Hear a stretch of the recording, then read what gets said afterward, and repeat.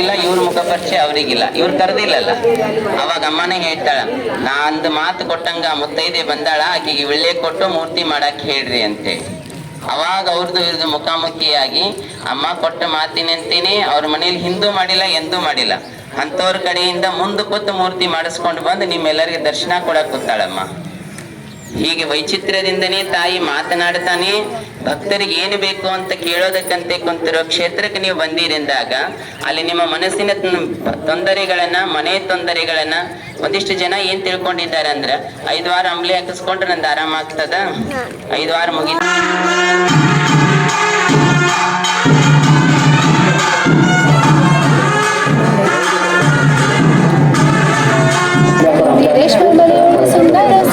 ಸಗುಣೆ ನಂದ ಬಾಲಕೃಷ್ಣನನ್ನು ತಂದು ತೋರಿಸಮ್ಮ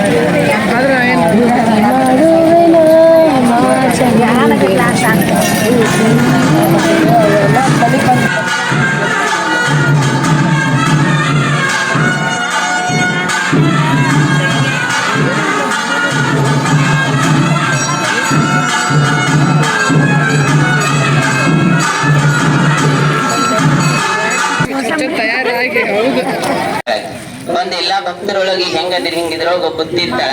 ಅವ್ರ ಮುಖ ಪರಿಚಯ ಇವ್ರಿಗಿಲ್ಲ, ಇವ್ರ ಮುಖ ಪರಿಚಯ ಅವ್ರಿಗಿಲ್ಲ, ಇವ್ರು ಕರೆದಿಲ್ಲಲ್ಲ. ಅವಾಗ ಅಮ್ಮನೇ ಹೇಳ್ತಾಳ, ನಾ ಅಂದ್ ಮಾತು ಕೊಟ್ಟಂಗ ಮುತ್ತೈದೆ ಬಂದಾಳ, ಆಕೆಗೆ ವಿಳ್ಳೆ ಕೊಟ್ಟು ಮೂರ್ತಿ ಮಾಡಕ್ ಹೇಳ್ರಿ ಅಂತೇಳಿ. ಅವಾಗ ಅವ್ರದ್ದು ಇವ್ರದ್ದು ಮುಖಾಮುಖಿಯಾಗಿ ಅಮ್ಮ ಕೊಟ್ಟ ಮಾತಿನಂತೇನೆ ಅವ್ರ ಮನೇಲಿ ಹಿಂದೂ ಮಾಡಿಲ್ಲ ಎಂದೂ ಮಾಡಿಲ್ಲ, ಅಂತವ್ರ ಕಡೆಯಿಂದ ಮುಂದೆ ಕೂತು ಮೂರ್ತಿ ಮಾಡಿಸ್ಕೊಂಡು ಬಂದು ನಿಮ್ಮೆಲ್ಲರಿಗೆ ದರ್ಶನ ಕೊಡಕ್ ಕೂತಾಳಮ್ಮ. ಹೀಗೆ ವೈಚಿತ್ರ್ಯದಿಂದನೇ ತಾಯಿ ಮಾತನಾಡ್ತಾನೆ. ಭಕ್ತರಿಗೆ ಏನು ಬೇಕು ಅಂತ ಕೇಳೋದಕ್ಕಂತೆ ಕುಂತಿರೋ ಕ್ಷೇತ್ರಕ್ಕೆ ನೀವು ಬಂದಿರಿಂದಾಗ ಅಲ್ಲಿ ನಿಮ್ಮ ಮನಸ್ಸಿನ ತೊಂದರೆಗಳನ್ನ, ಮನೆ ತೊಂದರೆಗಳನ್ನ ಒಂದಿಷ್ಟು ಜನ ಏನ್ ತಿಳ್ಕೊಂಡಿದ್ದಾರೆ ಅಂದ್ರ 5 ವಾರ ಅಂಬ್ಲಿ ಹಾಕಿಸ್ಕೊಂಡ್ರೆ ನಂದು ಆರಾಮ ಆಗ್ತದ, 5 ವಾರ ಮುಗೀತು ಅನ್ನೋ ಕಲ್ಪನೆಗಳೊಳಗದಿರಿ. ತಾಯಿಯ ಸನ್ನಿಧಾನಕ್ಕೆ ನೀವು 1 ವಾರರ ಬರ್ರಿ, 5 ವಾರರ ಬರ್ರಿ, ಅಮ್ಮ ಆರಾಮ್ ಮಾಡಕ್ ಅಷ್ಟೇ ಅಲ್ಲ, ಭಕ್ತರ ಸರ್ವ ಸಂಕಷ್ಟಗಳನ್ನು ಹೋಗಲಾಡಿಸೋದಕ್ಕಾಗಿ ಸರ್ವಶಕ್ತಿಯಾಗಿನೇ ನೆಲೆಸಿದಾಳ. ನಿಮ್ದು ಯಾವೇ ತೊಂದರೆಗಳದಾವಂದ್ರೂ ಅಮ್ಮ ಅದನ್ನೆಲ್ಲವನ್ನು ನಿವಾರಿಸ್ತಾಳ. ಅದಕ್ಕಂತೆ ಒಂದೊಂದು ನಿಯಮಗಳದ. ಆರಾಮ್ ಇರ್ಲಾರ್ದವ್ರಿಗೆ ಅಂಬಲಿ, ಮಕ್ಕಳು ಇರ್ಲಾರ್ದವ್ರಿಗೆ ಉಡಿ, ಮದುವೆ ಆಗಿರ್ಲಾರ್ದವ್ರಿಗೆ ಕಂಕಣ, ಸಾಲದ ಬಾಧೆ ಇರುವಂತವರಿಗೆ ಏನದಲ್ಲ ಅಮ್ಮನವರ ನೈವೇದ್ಯ. ಈಗ ಹಲವಾರು ಸೇವೆಗಳದಾವ.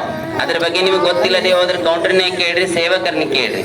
ಇಲ್ಲಿ ಯಾರಿಗೂ ಯಾವ ಕಾರಣಕ್ಕೂ ಎಲ್ಲೋ 1 ರೂಪಾಯಿ ಯಾರಿಗೆ ಕೊಡುವಂತದ್ದೇನೂ ಇಲ್ಲ. ನಿಮ್ಮ ಭಕ್ತಿ ಇತ್ತು ಅಂದ್ರೆ ಏನಾರ ಕೊಟ್ರು ಅದು ಪ್ರಸಾದಕ್ಕೆ ಕೊಡ್ರಿ, ಅದು ಅಲ್ಲಿ ಇಲ್ಲಿ ಹಾಕಕ್ ಹೋಗ್ಬೇಡ್ರಿ. ಹುಂಡಿ ಒಳಗ ಹಾಕ್ರಿ, ಇಲ್ಲಿಕ ದೇಣಿಗೆ ಕೌಂಟರ್ಗೆ ಹೋಗಿ ರೆಸಿಪ್ಟ್ ಮಾಡ್ರಿ, ಅಲ್ಲಿ ಇಲ್ಲಿ ಹಾಕಿ ಏನಾದ್ರೂ ಹೋಗಿಲಾಕ್ ಹೋಗ್ಬೇಡ್ರಿ. ನಿಮ್ಮ ಭಕ್ತಿಯ ಕಾಣಿಕೆ ಏನು ಸೇರಿದ್ರು ಅದು ಪ್ರಸಾದಕ್ಕೆ ಸೇರ್ಬೇಕು. ಅದಕ್ಕಾಗಿ ನೀವೇನು ಬಂದಿದ್ದೀರಲ್ಲ ಕಡ್ಡಾಯವಾಗಿ ಎಷ್ಟೋ ಜನ ಹೇಳ್ತೀರಿ, ಇಲ್ಲ ಅಂಬ್ಲಿ ಹಾಕಿಸ್ಕೊಂಡು ಮುಗಿಯೋ ಮಟ್ಟ ಹನಿ ನೀರು ಕುಡಿಬಾರ್ದಂತೆ. ನೋಡ್ರಿ, ನೀವು ನೀರು ಕುಡಿದು ಊಟ ಮಾಡೇ ಬರ್ರಿ, ಅಮ್ಮ ಏನ್ ನಿಮಗೆ ಹಿಂಗ ಬಿಟ್ಟು ಬಾ ಅಂತಿಲ್ಲ. ನೀವೇನಾದ್ರೂ ಬಿಟ್ಟು ಬರ್ಬೇಕಾಗಿತ್ತ ನಿಮ್ ಕಲ್ಮಶವಾದಂತ ಗುಣ ಬಿಡ್ರಿ, ಕೆಟ್ಟ ಬುದ್ಧಿ ಬಿಡ್ರಿ. ನೀರ ಊಟ ಅಲ್ಲ, ಅದನ್ನ ಬಿಟ್ಟು ಬರ್ರಿ. ಏನಾರ ತರುದಿತ್ತಂದ್ರೆ ಭಕ್ತಿ ತಗೊಂಡ್ ಬರ್ರಿ, ಬೇರೆ ಏನು ತರುವಂತದ್ದಿಲ್ಲ. ಅದಕ್ಕಾಗಿ ಹಂಗ ಭಕ್ತಿಲಿ ಅಂಬಲಿಯನ್ನು ಹಾಕಿಸ್ಕೊಂಡು ಅಮ್ಮಗೆ ಬೇಡ್ಕೊಡ್ರಿ, ತಾಯಿ ಒಳ್ಳೇದ್ ಮಾಡ್ತಾಳ. ಈಗ ಸಂಕಲ್ಪ ಮಾಡಿಸ್ತೀವಿ. ಆ ಸಂಕಲ್ಪವನ್ನು ಏನ್ ಮಾಡಿಸ್ತಿದ್ದಾರ ಅನ್ನುವಂಥದ್ದನ್ನ ಅರ್ಥ ಮಾಡ್ಕೊಂಡೇ ಮಾಡ್ರಿ. ಆಗ ಇಲ್ಲೊಬ್ರು ಮೈಕ್ ನಿಂತು ಹೇಳಿದ್ರು, ನಾವ್ ಏನೋ ಕೇಳಿದೀವಿ ಅನ್ನುವಂಥದ್ದಲ್ಲ. ನೀವೇನ್ ಮಾಡ್ರಿ, ಏನ್ ಹೇಳ್ತಿದ್ದಾರೆ ಅನ್ನೋದನ್ನ ಕೇಳೇ ಮಾಡ್ರಿ. ಮತ್ತ ಆದಷ್ಟು ಏನ್ ಮಾಡ್ರಿ, ವಯಸ್ಸಾದಂತವ್ರು ಕೂಸಿರುವಂತವ್ರಿ ಆ ಮುಂದಿನ ಪಾಳ್ಯದಾಗ ಅಂಬ್ಲಿ ಹಾಕ್ತಿರ್ತಾರ. ಇಷ್ಟು ಗದ್ದಲ್ದಾಗ ಬಂದ್ ಹೈರಾಣ ಆಗ್ಬೇಡ್ರಿ. ನಿಲ್ಲಕ್ ಶಕ್ತಿ ಇರ್ಲಾರ್ದವ್ರು ಅಲ್ಲೇ ಮುಂದಿನ ಪಾಳ್ಯದಾಗ ಬಂದ್ ಅಂಬ್ಲಿ ಹಾಕಿಸ್ರಿ. ಈಗ ಸಂಕಲ್ಪ ಹೇಳ್ತೀವಿ, ಸಂಕಲ್ಪ ಹೇಳಿ. ಅನ್ನ ಪ್ರಸಾದ ನಿಲಯದಲ್ಲಿ ಏನಿದೆಲ್ಲ ನಿಮ್ಮ ಮನೆಯಿಂದ ಏನಾದ್ರು ದವಸ ಧಾನ್ಯ ಕಾಳುಗಳು ತಂದಿದ್ರಿ ಅಂದ್ರ ಮಳೆ ಇರೋ ಕಾರಣಕ್ಕೆ ಒಂದೆಡೆ ಹಾಕಾಕತ್ತಾರ. ನೀವ್ ಎಲ್ಲಿ ಬೇಕಲ್ಲಿ ಒಟ್ಟ ಹಾಕಕ್ ಹೋಗ್ಬೇಡ್ರಿ, ಒತ್ತಾಟಿನ ಕೊಡ್ರಿ. ನಿಮ್ ಮನೆಯಿಂದ ಏನಾದ್ರು ಇಲ್ಲಪ್ಪ ನಮ್ಮ ಮನೆಯಿಂದ ನಾವು ಕಾಳು ತಂದೀವಿ, ಕಡಿ ತಂದೀವಿ, ನೀವೇನ್ ತಂದ್ರು ಪ್ರಸಾದಕ್ಕ ತಂದೀರಿ, ಅದನ್ನ ಎಲ್ಲಿ ಕೊಟ್ರು ಅಲ್ಲೇ ಮುಟ್ತದ. ಆದ್ರೆ ಮಳೆ ಇರೋ ಸಲುವಾಗಿ ರಕ್ಷಣೆ ಆಗಾಕ ಒಂದೆಡೆ ಕೊಡಾಕತ್ತಾರ, ಅಲ್ಲಿ ಎಲ್ಲಿ ಕೊಡಾಕ್ ಹೋಗ್ಬೇಡ್ರಿ, ಒತ್ತಾಟಿನ ಕೊಡ್ರಿ. ಯಾರು ಎಲ್ಲಾ ಭಕ್ತರು ಪ್ರಸಾದ ಮಾಡಿ ಹೋಗ್ಬೇಕು. ಅನ್ನ ಛತ್ರಕ್ಕೆ ಹೋಗಿ ಒಂದಿಷ್ಟು ಗದ್ಲಿದ್ರು ಸಹಿತ ನಿಂತ್ಕೊಂಡು ಆ ತಾಯಿ ಆಶೀರ್ವಾದ ಮಾಡಿರೋ ಪ್ರಸಾದ ಅದು. ನೀವೇನ್ ಭಕ್ತರು ಹಿಡಿ ಏನ್ ತಂದಿರೋ ಉಡೇಕಿ ಕೊಟ್ಟಿರ್ತಿರ್ಲ ಅದನ್ನೇ ಪ್ರಸಾದ ಮಾಡಿರ್ತಾರ. ಅದು ಭಕ್ತಿಯ ರಸ ಸೇರಿ ಪ್ರಸಾದ ಆಗಿರ್ತೈತಿ.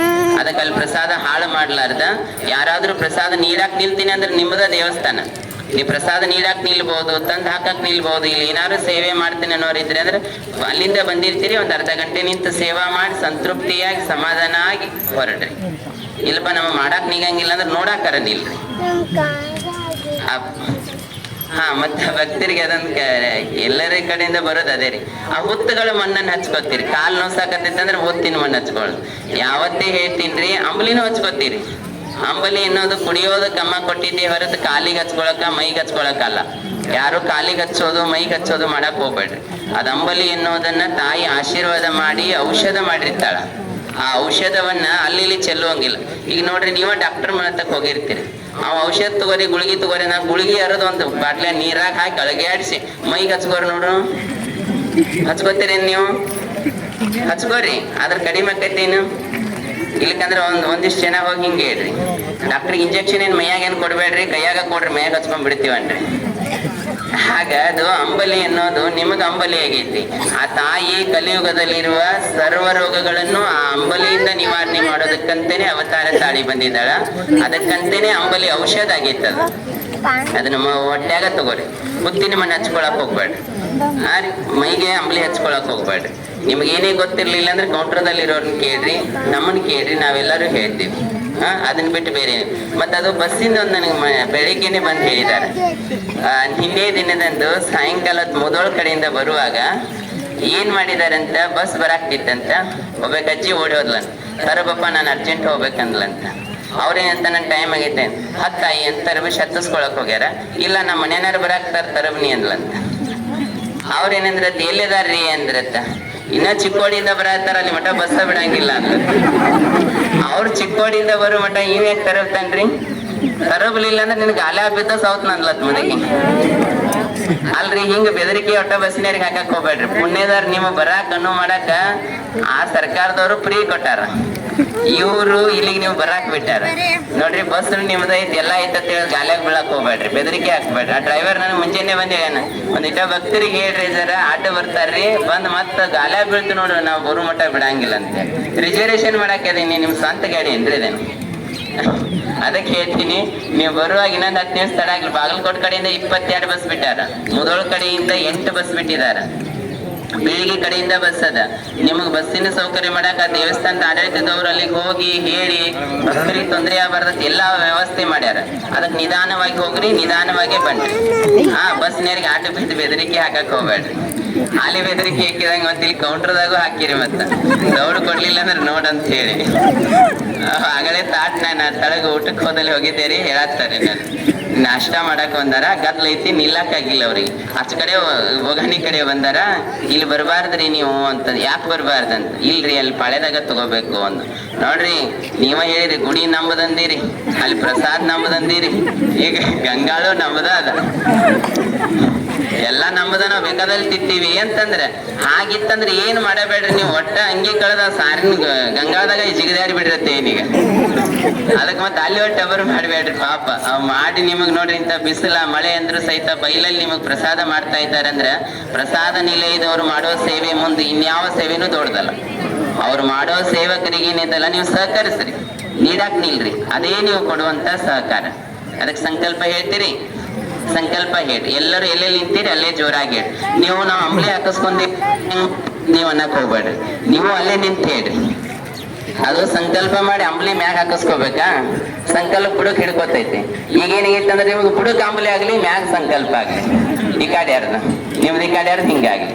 ಹೇಳ್ತೀನಿ, ಓಂ ಓಂ ಓಂ ನಮಸ್ತೆ ನಮೋ ದೇವಿ ಜಗನ್ಮಾತಾ ಜಗದೀಶ್ವರಿ, ನಿನ್ನ ಸನ್ನಿಧಾನದ ಸೇವಾ ಭಕ್ತರಾದ ಸೇವಾ ಮಕ್ಕಳಾದ ನಮ್ಮೆಲ್ಲರನ್ನು ಸದಾಕಾಲ ರಕ್ಷಿಸಿ ಅನುಗ್ರಹಿಸಿ ಆಶೀರ್ವದಿಸಬೇಕೆಂದು ಸಂಕಲ್ಪಿಸಿ ಇಂದಿನ ದಿನವು ನಿನ್ನ ಮುಂದೆ ಬಂದು ನಿಂತಿರುವ ನಮ್ಮೆಲ್ಲರ ಮನದ ಕೋರಿಕೆ ಎಂದರೆ ಅದೆಷ್ಟೋ ದಿನಗಳಿಂದ ಕಾಡುತ್ತಿರುವ ವ್ಯಾಧಿ ಭಯ ಸರ್ವ ರೋಗವನ್ನು ಸರ್ವಶಕ್ತಿಯಾದ ನಿನ್ನಯ ಅಂಬಲಿಯ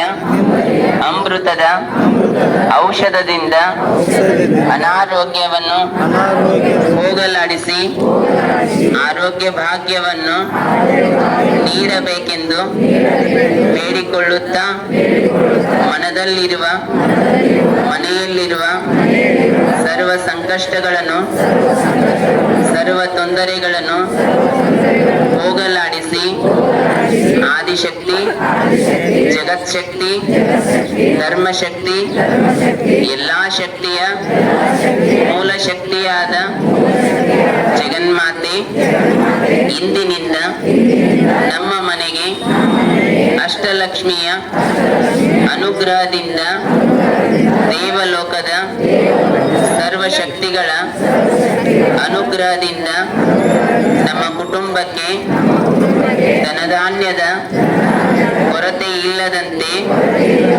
ಮಾಟ ಮಂತ್ರದಂತ ಭಯವನ್ನು ಹೋಗಲಾಡಿಸಿ ಸದಾಕಾಲವೂ ನಮ್ಮ ಮನವು ನಮ್ಮ ಮನೆಯು ಆನಂದದಿಂದ ಶಾಂತಿಯಿಂದ ಇರುವಂತೆ ಅನುಗ್ರಹಿಸಬೇಕೆಂದು ಬೇಡಿಕೊಳ್ಳುತ್ತಾ ಇಂದಿನಿಂದ ನಮ್ಮ ಮನೆತನವು ಉತ್ತರೋತ್ತರವಾಗಿ ಅಭಿವೃದ್ಧಿಯಾಗಲೆಂದು ಮನೆಯ ಮಕ್ಕಳಿಗೆ ಒಳ್ಳೆಯ ಶಿಕ್ಷಣ ಉದ್ಯೋಗ ಒಳ್ಳೆಯ ಆರೋಗ್ಯ ಒಳ್ಳೆಯ ಗುಣವನ್ನು ನೀಡಿ ನಮ್ಮೆಲ್ಲರನ್ನು ಸದಾಕಾಲವೂ ರಕ್ಷಿಸಿ ಆಶೀರ್ವದಿಸಬೇಕೆಂದು ಮನಪೂರ್ವಕ ಭಕ್ತಿಪೂರ್ವಕ ಇಚ್ಛಾಪೂರ್ವಕ ಸಂಕಲ್ಪವನ್ನು ಸಲ್ಲಿಸುತ್ತೇವೆ. ಆದಿಶಕ್ತಿ ಅನುಗ್ರಹಿಸಮ್ಮ. ಪಾಹಿ ಮಾಂ ಪಾಹಿ ಮಾಂ ಪಾಹಿ ಮಾಂ.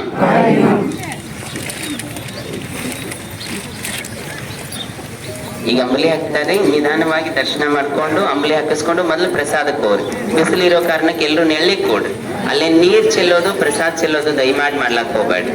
ಮತ್ತೆ ಪ್ರತಿ ರವಿವಾರಕ್ಕೊಮ್ಮೆ ಭಕ್ತರ ಈಗೇನ್ ಸಂಕಲ್ಪ ಮಾಡಿಸಿದೀವಲ್ಲ, ಈಗ ನಿಮ್ ಮನೆಯಲ್ಲಿರುವ ತೊಂದರೆಗಳಿಗಂತ ಸಂಕಲ್ಪ ಪೂಜೆ ಇರ್ತದ. ಯಾವ ಭಕ್ತರಾದ್ರೂ ಬಂದು ಆ ಪೂಜೆಗೆ ತೊಡಗ್ಬೋದು. ಬೆಳಿಗ್ಗೆ 11 ಗಂಟೆಯಿಂದ 12 ಗಂಟೆ ತನಕ ಇರ್ತದ. ಅದಕ್ಕೆ ಯಾರು ಭೇದ ಭಾವ ಇಲ್ಲ, ಅದಕ್ಕೇನ್ ರೊಕ್ಕ ಇಲ್ಲ, ಏನು ಚಾರ್ಜ್ ಇಲ್ಲ. ಅದಕ್ಕೆ ಏನಾದ್ರೂ ಇತ್ತು ಅಂದ್ರೆ ನಿಮ್ ಭಕ್ತಿ ನಿಮ್ಮ ಸಮಯ ಅಷ್ಟೇ. ಆ ಪೂಜೆಗೂ ತಾವು ಬರಬಹುದು.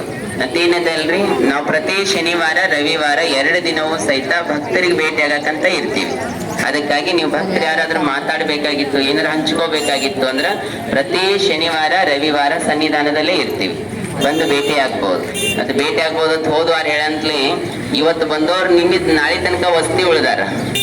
ಶನಿವಾರ ತನಕ ವಸ್ತಿ ಇದ್ದು ಮುಂಜಾನಿನ ಎಳ್ಳು ಪುರ್ಸತ್ಗೆಲ್ಲ 3 ಕೈಯದ ನಮಗೆ ಹೇಳಿ ಬರೋದ್ ನಿಂತಾರ. ಹಂಗ ಮಾಡ್ಬೇಡ್ರಿ. ನಾನು ಶನಿವಾರ ಭೇಟಿ ಆದ್ರೂ 9ಕ್ಕೆ ಭೇಟಿ ಆಗ್ತೀನಿ. 9ರಿಂದ ಸಾಯಂಕಾಲ ತನಕನೂ ನಿಮಗಾಗೆ ಭೇಟಿ ಆಗ್ತೀವಿ. ಶನಿವಾರ ರವಿವಾರ 2 ದಿನ ಇಲ್ಲೇ ಇರ್ತೀವಿ. ಮಂಗಳವಾರನೂ ಸನ್ನಿಧಾನದಲ್ಲೇ ಇರ್ತೀವಿ. ಮಂಗಳವಾರನೂ ಭೇಟಿ ಆಗ್ಬೋದು, ಶನಿವಾರ ರವಿವಾರನೂ ಭೇಟಿ ಆಗ್ಬೋದು. ಅದಕ್ಕೆ ಭಕ್ತರು ನಿಮ್ಮ ಸೇವೆ ಮಾಡೋದಕ್ಕಾಗಿ ನಮಗೊಂದು ಅವಕಾಶ ಕೊಟ್ಟಿದ್ದೀರಿ. ನಿಮ್ಮ ಸೇವೆಯನ್ನು ಮಾಡೋದಕ್ಕೆ ಅಂತೇನೆ ನಾವು ಇದ್ದೀವಿ. ಸದಾಕಾಲ ನಮ್ಮ ಸೇವೆಯನ್ನು ತಾವು ತಗೊಳ್ರಿ. ನಿಮ್ಮ ಕ್ಷೇತ್ರ ನಿಮ್ಮ ಸನ್ನಿಧಾನದಲ್ಲಿ ಸ್ವಚ್ಛತೆ ಇಡ್ರಿ. ಪ್ರಸಾದ ಹಾಳು ಮಾಡ್ಲಾರ್ದಂತೆ ಮಾಡ್ರಿ. ಆ ತಾಯಿ ಆಶೀರ್ವಾದವು ನಿಮ್ಮ ಮೇಲೆ ಇರ್ಲಿ ಅಂತ ಹೇಳ್ತಾ ಮಾತಾಡಕ್ ಅವಕಾಶ ಕೊಟ್ಟ ತಮ್ಮೆಲ್ಲರಿಗೂ ಕ್ಷೇತ್ರದವರಿಗೂ ಶರಣು ಶರಣಾರ್ಥಿಗಳು.